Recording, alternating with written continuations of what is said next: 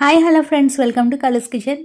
ఈరోజు మన ఛానల్లో పిల్లలకు నచ్చే విధంగా డ్రై ఫ్రూట్స్ లడ్డు ఎలా తయారు చేయాలో చెప్తానండి. కొంతమంది పిల్లలు కాజు, బాదం, పిస్తా ఇలాంటివి అసలు ఇంట్రెస్ట్గా తినరు, డేట్స్ కూడా తినరు. వాళ్ళకి తెలియకుండా వాళ్ళకి నోటికి టేస్ట్గా తగిలేలాగా మనము ఏ విధంగా దీన్ని తయారు చేసి పెట్టాలో చెప్తాను. ఫస్ట్ కొంచెం నెయ్యి వేసుకొని బాదం అనేది ఫ్రై చేసుకోవాలి. ఈ ఫ్రై అంతా మొత్తం లో ఫ్లేమ్ మీదే మనం ఫ్రై చేసుకోవాలండి. అసలు మీడియం టు హై అసలు పెట్టుకోకూడదు, లో ఫ్లేమ్ మీద అన్నీ ఫ్రై చేసుకోవాలి. బాదం కొంచెం వేగిన తర్వాత జీడిపప్పు వేస్తున్నానండి. మీ ఇంట్లో ఏ డ్రై ఫ్రూట్స్ ఉంటే అవే వేసుకోవచ్చండి. నేను కూడా చాలా తక్కువ అమౌంట్లోనే చూపిస్తున్నాను, ఇంట్లో ఉన్న వాటితోనే నేను చేశాను. తర్వాత జీడిపప్పు కూడా తీసేసి పక్క తీసుకోవాలి, ఇలా కలర్ వచ్చేంత వరకు. తర్వాత దీంట్లో పల్లీలు వేస్తున్నాను. పల్లీలు కూడా చాలా మంచిది పిల్లలకి. ఇలాగ మనకి ఐరన్ డెఫిషియన్సీ ఏమన్నా పల్లి చిక్కి కానీ ఇలాంటివి పెడతా ఉంటారు కదండి, అందుకు నేను పల్లి కూడా వేస్తున్నాను. తర్వాత ఇవి కూడా కొంచెం ఫ్రై అయ్యాక తీసేసేయాలి. తర్వాత పూల్ మకాని వేస్తున్నానండి.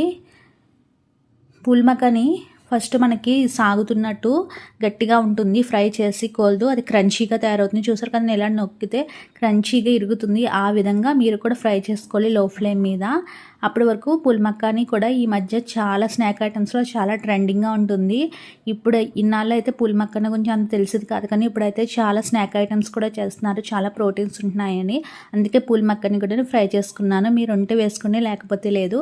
తర్వాత విత్తనం సీడ్ తీసిన ఖర్జూరం అయితే వేసుకున్నాను. నేనైతే లైన్ డేట్స్ తీసుకున్నానండి.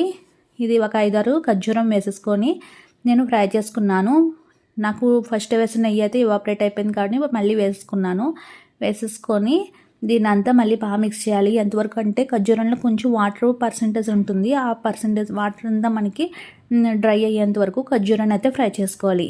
ఇలా ఫ్రై చేసుకొని ఇది పక్క తీసేసుకుందాం. మొత్తం ఇవన్నీ చల్లారిపోయి కానీ మిక్సీ పట్టుకోవాలండి. ఖర్జూరం పక్క తీసేసుకొని పల్లి, జీడిపప్పు, తర్వాత బాదము, పుల్ మకాని ఇవన్నీ ఫ్రై చేసుకొని ఇలా ఫ్రై చేసుకున్నాక తర్వాత ఖర్జూరం వేసుకోవాలండి. ఫస్టే ఖర్జూరం వేస్తే మెత్తగా పేస్ట్లో అయిపోతుంది.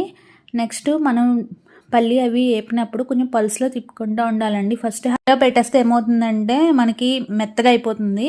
తర్వాత ఇలా ఖర్జూరం కూడా వేసేసుకొని మిక్సీ పట్టేసుకోవాలి. నాకైతే ఖర్జూరం కొంచెం స్వీట్నెస్ తక్కువగా అనిపించింది. కొన్ని ఖర్జూరం స్వీట్నెస్గా ఉంటే కొన్ని ఖర్జూరం అలా ఉండవు, కాబట్టి చిన్న బెల్లం ముక్క వేసుకొని మళ్ళీ మిక్స్ చేస్తానండి. పిల్లలు స్వీట్గా ఉంటే తింటారు కాబట్టి దీని ప్లస్ షుగర్ వేసుకోవచ్చు. హెల్తీగా చేసుకుంటున్నాం కాబట్టి బెల్లం వేసుకున్నాను.